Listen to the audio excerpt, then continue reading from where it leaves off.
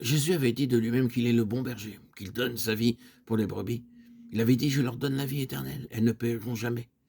Nous avons là toutes ces choses merveilleuses qu'il dit de lui-même, leur berger et de ses brebis. Et choses merveilleuses qu'il dit de lui-même. Avons-nous remarqué ce qui arriva ensuite? Les Juifs furent de nouveau divisés à cause de ces paroles. Plusieurs d'entre eux disaient, il est possédé d'un démon, je suis le bon berger, je donne ma vie pour mes brebis, je leur donne la vie éternelle. Elles ne périront jamais. Il a dit toutes ces choses merveilleuses et belles, et les Juifs disaient, il est possédé d'un démon. Comprenons-nous pourquoi Dieu les a rejetés? Nous avons endurci nos cœurs, nous nous sommes détournés, chacun dans sa propre voie. Nous tous, comme des brebis, nous sommes égarés. Nous sommes éloignés du berger à cause de notre propre volonté. En d'autres termes, nous avons dit, nous ne voulons pas que celui-ci règne sur nous. Luc 19, 14. Tel est l'arrière-plan de ce chapitre. Nous pouvons comprendre l'atmosphère d'antagonisme et nous pouvons sentir combien il le haïssait. Un peu plus tard, il tira nos conseils afin de le tuer. Il avait eu raison lorsqu'il les avait appelés des loups qui détruiraient les brebis.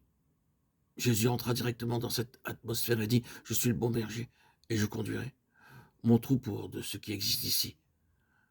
Je le ferai sortir de ce cadre et de ce faux troupeau.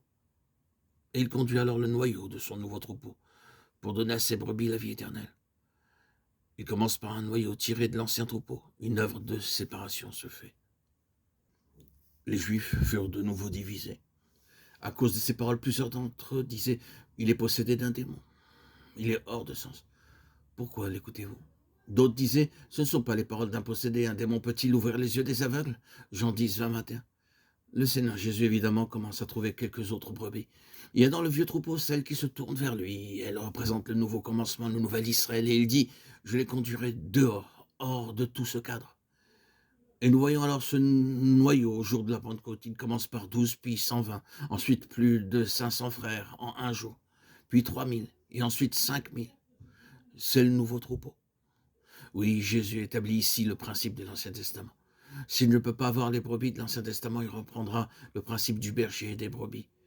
Et il le retrouvera dans son nouvel Israël de cette dispensation. La position est tout à fait claire, n'est-ce pas?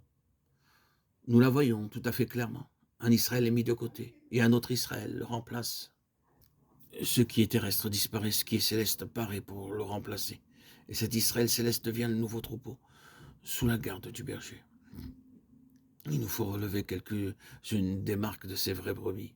Jésus dit dans ce chapitre, « Je connais mes brebis ». Jean 10, 14.